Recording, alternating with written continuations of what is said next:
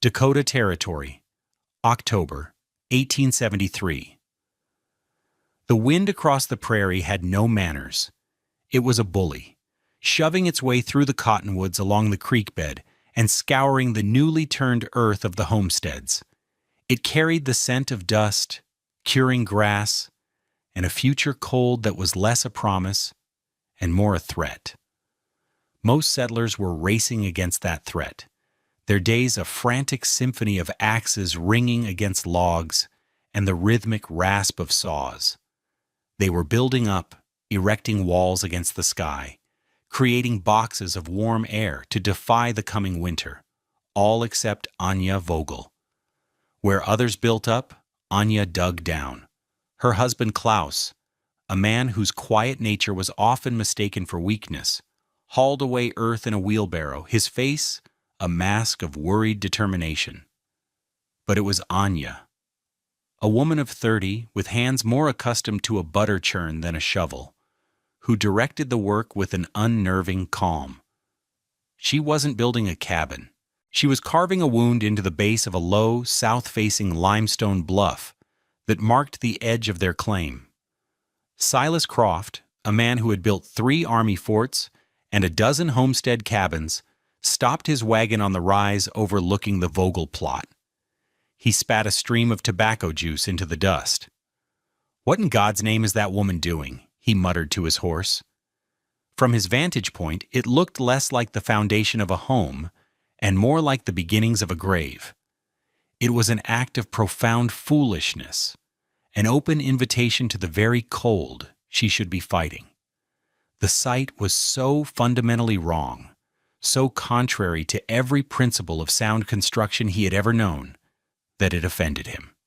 He had seen greenhorns make mistakes, building too close to the creek, using green wood that would shrink and warp, but he had never seen anyone try to live in a hole in the ground.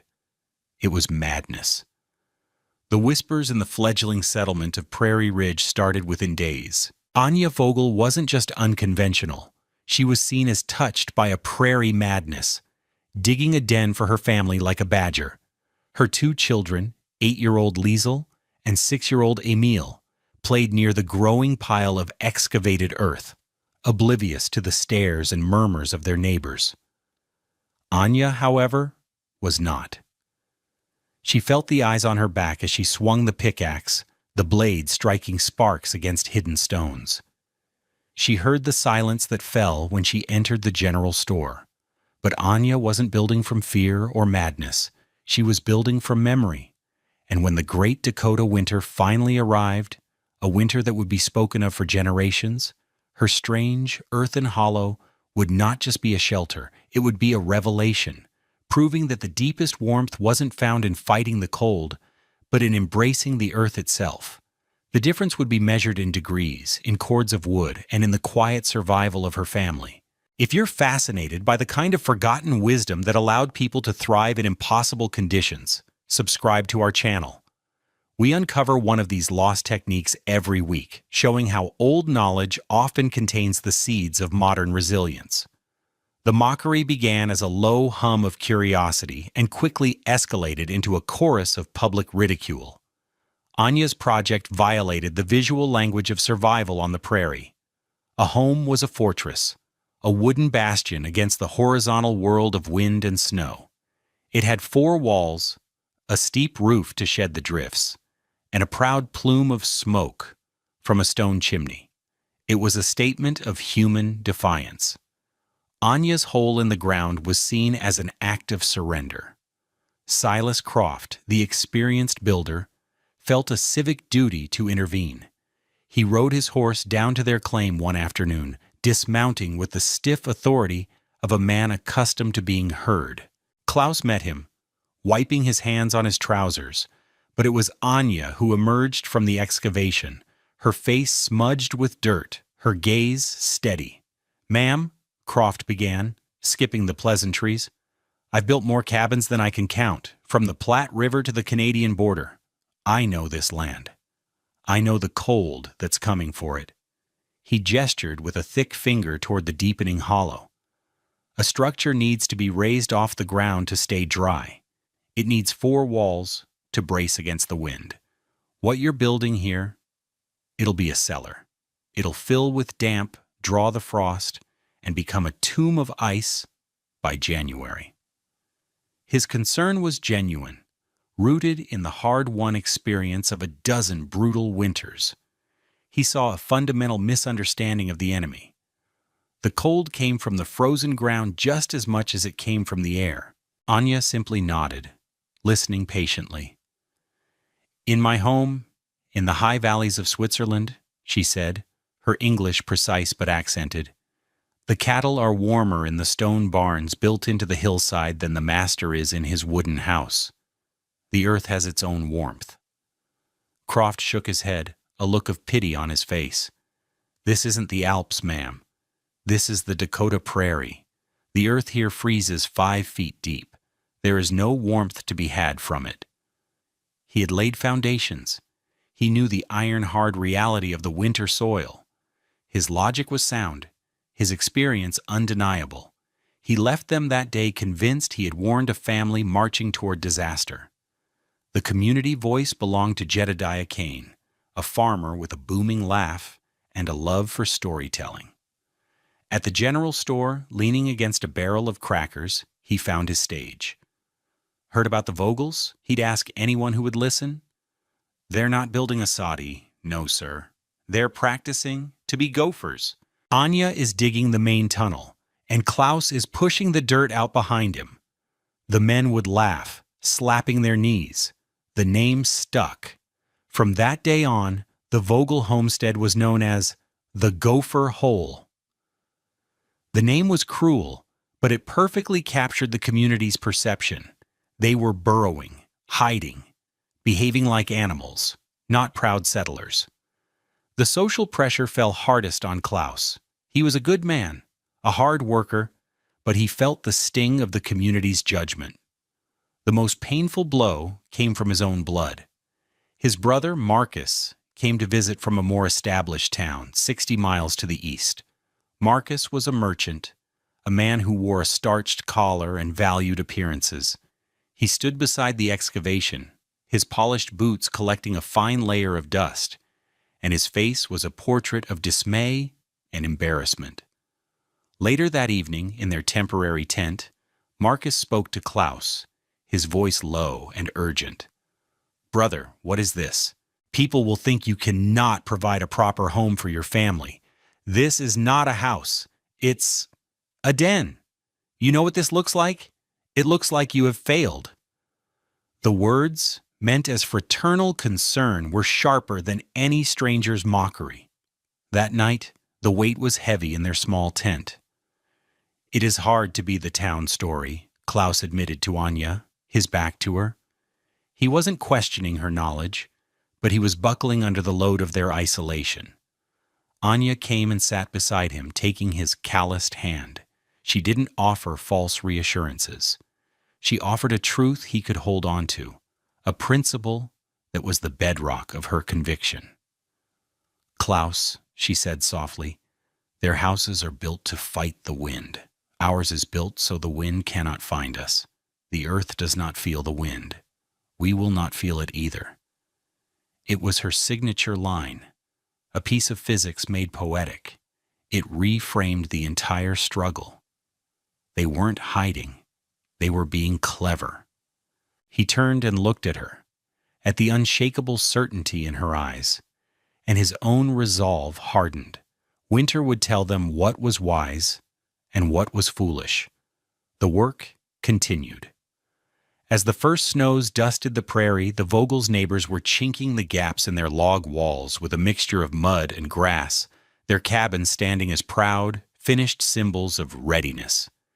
At the Vogel claim, there was still just a strange, deep trench against a rock face, a gaping mouth waiting to be covered. The mockery lasted for 2 full months. The validation would last for 100 winters. The design of Vogel's burrow was a masterclass in thermal dynamics, born from generations of alpine observation. It was not a primitive dugout, but a precisely engineered system designed to capture and store energy. Anya was not merely digging a hole, she was partnering with the planet's most powerful heat sink, the Earth itself. The first step was the excavation. Anya insisted they dig down 4 feet below the prairie grade, creating a sunken floor. This was the first principle: get below the frost line. While Silas Croft was correct that the topsoil would freeze into a block of iron, the deep earth beneath it held a stable year-round temperature. In that region, the ground temperature 4 to 5 feet down remained a constant 45 to 50 degrees Fahrenheit, regardless of the season. It wasn't warm, but it was a world away from the deadly sub-zero temperatures that the air would soon hold. The excavated earth, a rich black soil, was carefully piled to the side, not discarded. The back wall of the structure was the limestone bluff itself. This was the second principle: borrow thermal mass. The south-facing rock wall absorbed solar radiation all day long, even on the weekdays of winter. After sunset, it would slowly radiate that stored warmth back into the dwelling. It was a passive solar collector, a massive freestone battery that worked tirelessly day and night. Anya had Klaus chisel channels into the rock, not for decoration, but to increase the surface area, allowing it to absorb and release heat more efficiently. For the front-facing wall and the 2 sides, they used the thickest cottonwood logs they could find, set vertically and half buried in the earth. The front wall was only 5 feet high from the sunken floor to the roofline, minimizing its exposure to the brutal northwesterly winds.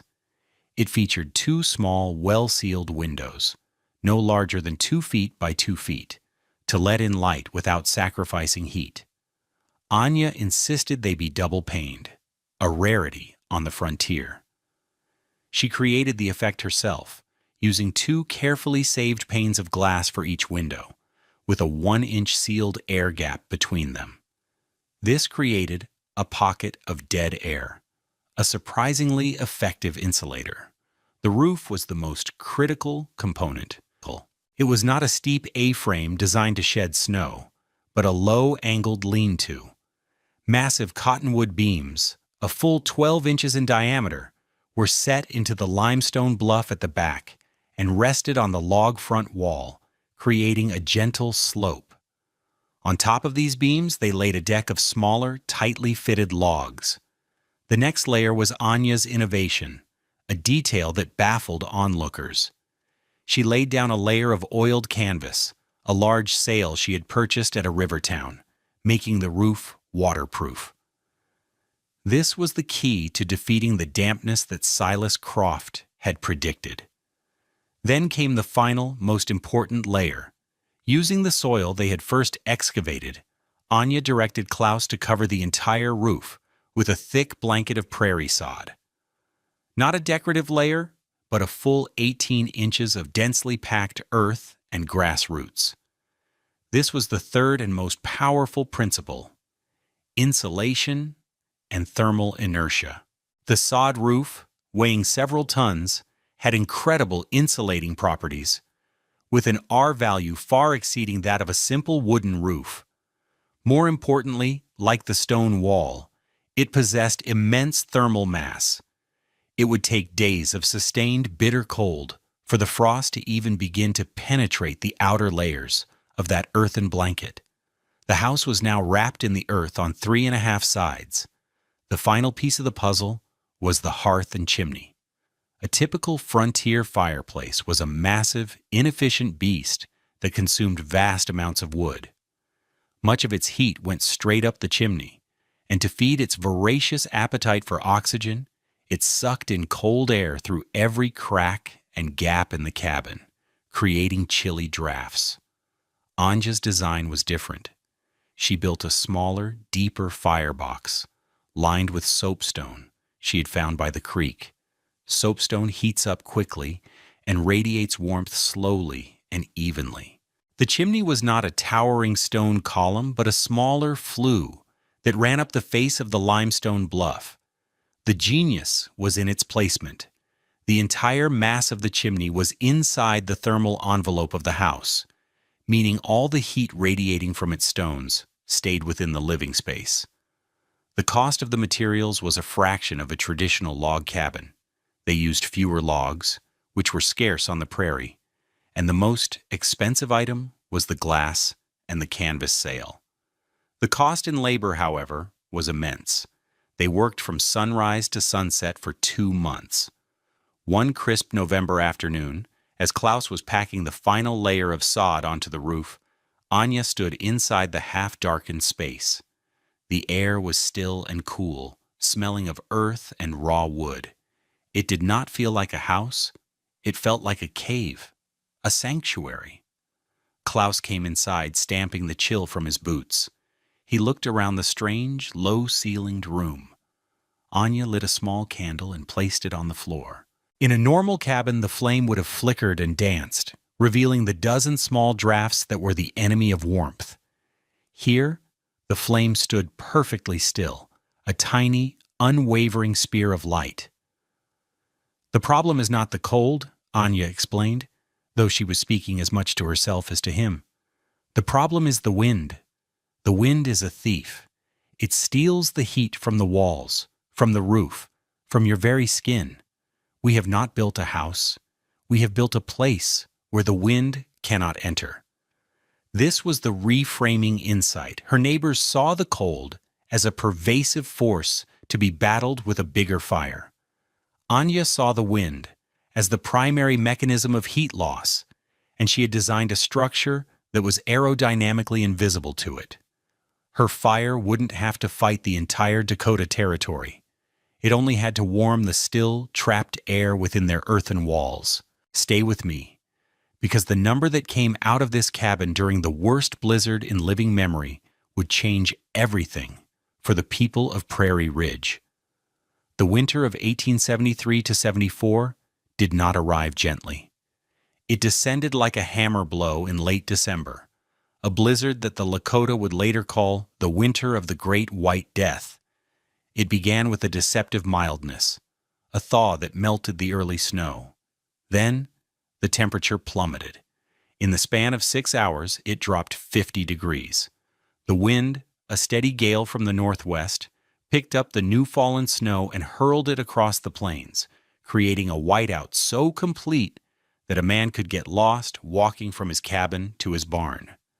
The temperature settled at a merciless minus 22 degrees Fahrenheit, but with the wind, the effective temperature was closer to minus 60 degrees Fahrenheit. For the settlers in their proud log cabins, the battle for survival began. If you believe this kind of ingenuity deserves to be remembered, take a moment to like this video. It helps us reach more people with these incredible stories of resilience. The narrative splits here, cross-cutting between the desperate struggle in the conventional cabins and the profound, almost unbelievable calm in Vogel's burrow. Inside Silas Croft's cabin, a structure he had built himself, the finest in the settlement, with hand-hewn, perfectly notched logs, a war was being waged. His great stone fireplace, the pride of his home, was consuming wood at a terrifying rate. Every hour, his wife or his teenage son had to bundle up and face the blinding storm to bring in another armload from their rapidly dwindling woodpile. Despite the roaring fire, the corners of the main room were frigid. A bucket of water placed 15 feet from the hearth had a thick layer of ice on it. The wind, that relentless thief, was forcing its way through the smallest gaps in the chinking, creating insidious drafts that snaked across the floor. The difference between the heat near the fire and the cold in the rest of the room wasn't just uncomfortable, it was dangerous. They were living in a 10-foot circle of survivable warmth, while the rest of their well-built home had surrendered to the cold. The temperature inside, away from the fire, was a mere 38 degrees Fahrenheit. At Jedediah Kane's homestead, the situation was more desperate. His cabin was smaller, built with less precision. The wind didn't just find gaps, it howled through them. They had hung blankets over the doors and windows. But it was not enough. To feed their smaller, less efficient fireplace, They were burning through their wood at a rate that promised they would run out in 3 days. By the second night of the storm, they had retreated to a single room. The gut-punch detail of their hardship was not a dramatic collapse, but a quiet act of desperation. Jedediah's wife, Mary, owned a beautiful butter churn, a piece of home she had brought all the way from Ohio, made of polished maple by her father. As the fire died down and the killing cold began to seep into the room, Jedediah took his axe, and with his wife's silent, tearful blessing, he broke the churn apart. They fed the pieces of her last connection to her old life into the fire, buying themselves another 2 hours of warmth. Meanwhile, inside the gopher hole, a different reality was unfolding. The storm that raged outside was reduced to a muffled whisper. There was no wind inside because there was no way for it to get in. The 18 inches of sod and earth on the roof, now covered by a 4-foot drift of insulating snow, created a barrier that was nearly impervious to the cold. The limestone back wall, having absorbed the sun's energy for months, was slowly leaking a gentle, radiant heat into the room. Their small, efficient soapstone hearth glowed with a modest fire. Anya had calculated their wood needs carefully. They were using less than a quarter of the wood that Silas Croft was burning. The proof of her success was in the simple domesticity of the scene. Klaus sat at a small table, mending a piece of harness. Liesel and Emil, the 2 children, were on a blanket on the floor, reading a book together in their shirt sleeves. Their breath didn't fog in the air. A pail of water near the front wall was cool to the touch, but completely liquid. This was the children test, the ultimate proof. They were not just surviving, they were comfortable, living a normal life while a historic blizzard raged just inches above their heads. Anya, using a small mercury and glass thermometer she had brought from the old country, measured the temperature in the center of the room. It was 69 degrees Fahrenheit. The difference between their home and Silas Croft's wasn't marginal. It was a chasm. 69 degrees Fahrenheit versus 38 degrees Fahrenheit. Outside, it was minus 22 degrees Fahrenheit. On the 3rd day of the storm, a crisis occurred at the Croft homestead. The extreme, rapid heating and cooling cycle had caused the mortar in his chimney to crack. A plume of smoke began to leak into the cabin. A dangerous, choking hazard that forced them to smother the fire. Now, without their primary source of heat, the 38 degrees Fahrenheit in the cabin began to drop, fast. Staring into the faces of his shivering wife and son, Silas Croft, the expert builder, the man who had pitied the foolish woman digging a hole, was forced to make a decision. His pride was a poor shield against a killing cold. A figure, bundled beyond recognition, materialized out of the white chaos and hammered on the thick wooden door of the Vogel's home. Klaus opened it, and Silas Croft, his beard caked with ice, stumbled inside. He was hit not by a blast of scorching heat, but by a wall of steady, enveloping warmth. It was like stepping into a different season. The air was still and quiet. He blinked, his eyes adjusting to the soft lamplight, and the first thing he saw were the 2 children, looking up at him with placid curiosity, their bare arms visible. The sight was so jarring, so contrary to the frozen hell he had just left, that he was speechless. He unwrapped the scarf from his face, his eyes darting around the low-ceilinged room, taking in the stone wall, the gentle fire, the utter lack of any discernible draft. He pulled a small brass thermometer from his coat pocket, the same type Anya used. He didn't ask permission. He walked to the center of the room and hung it on a wooden peg. Then he stood there, silent, his back to the Vogels, and watched it. He watched the mercury climb, past 40, past 50, past 60, until it settled, unwavering. He stared at it for a full minute. Then he turned, his face a mixture of exhaustion, disbelief, and dawning, shattering humility. He looked at Anya, then at Klaus. He opened his mouth, but no apology came out. Instead, his response was that of a craftsman, an engineer, defeated by a superior design. He remained silent for a long moment, the silence of a man whose entire worldview had just been dismantled. Then he looked at Anya, not with pity, but with a deep, urgent respect. "Show me how you built it." When the great blizzard finally broke after 4 days, the prairie was a transformed world, a landscape of immense rolling drifts and profound silence. The settlers of Prairie Ridge emerged from their cabins, blinking in the bright sun, to count the cost. No one had died, but the toll was heavy. Livestock had perished. Frostbite was common, and nearly every family had burned through a dangerous amount of their winter wood supply, with 2 long months of cold still to come. The first story to spread through the settlement was that of Silas Croft and his family taking shelter with the Vogels. It was told in hushed, incredulous tones. When Croft himself confirmed it, the community's perception of Anya Vogel shifted overnight. Mockery cannot survive in the face of undeniable proof. The man who had been her most vocal, expert critic now became her most powerful advocate. He didn't make grand speeches. His validation was quieter and far more potent. At the next gathering at the general store, Jedediah Kane, the man who had coined the name the Gopher Hole, tried to make a joke of it.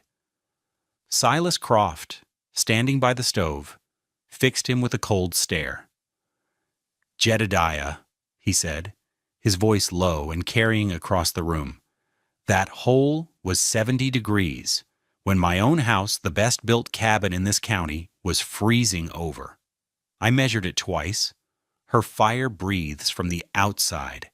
Our fires breathe from the inside, stealing our own warmth. We've been doing it wrong."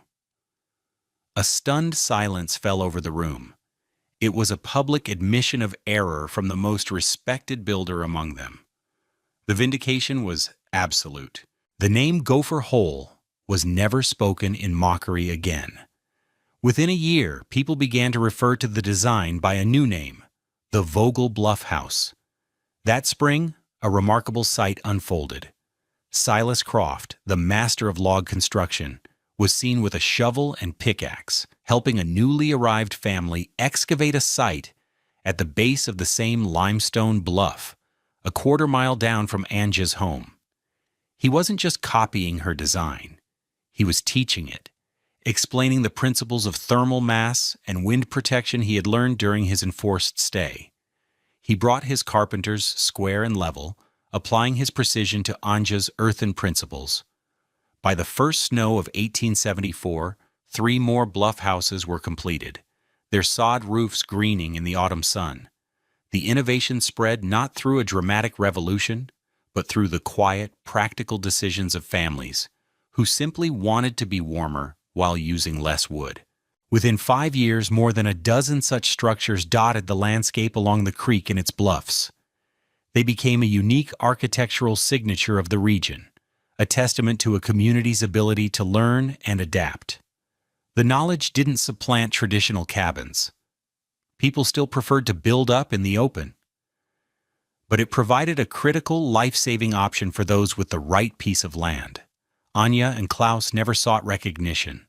They lived in their warm, comfortable home, raising their children, content in their quiet vindication. Anya's genius was not in inventing something new, but in remembering something old and seeing how it applied to a new world. She understood that the prairie's greatest challenges, the wind and the cold, were also its greatest assets, if you knew how to use them. The wind created the drifts that added insulation, and the earth held the steady warmth that could outlast any storm. The legacy of the Vogel Bluff House is a powerful reminder of how easily we can mistake the simple for the primitive. The settlers, with their log-building technology, saw Anya's earthen home as a step backward, a regression to something animalistic. They failed to see the sophisticated engineering at its core, a design that anticipated the modern principles of passive solar heating and earth-sheltered construction by a century. They saw a lack of walls. She saw an alliance with the landscape. They saw a primitive burrow. She had engineered a thermal battery. The frontier didn't reward tradition or stubborn pride. It rewarded what worked. And in the crucible of that terrible winter, Anya Vogel's quiet wisdom proved to be the most resilient technology of all. The prairie taught a hard lesson, one that echoes down to us today. True strength isn't always found in standing against the storm, but in knowing when to bow to the earth. If these stories of forgotten ingenuity resonate with you, consider subscribing and joining our community of learners. And let us know in the comments, what's the coldest winter you've ever had to face? We read everyone. Disclaimer: this story is a fictionalized reconstruction inspired by historical accounts of earth-sheltered dwellings built by pioneers. The characters and specific events are created for narrative purposes, but the engineering principles of thermal mass, insulation, and passive solar design are real. Always follow modern building codes and consult with professionals for any construction.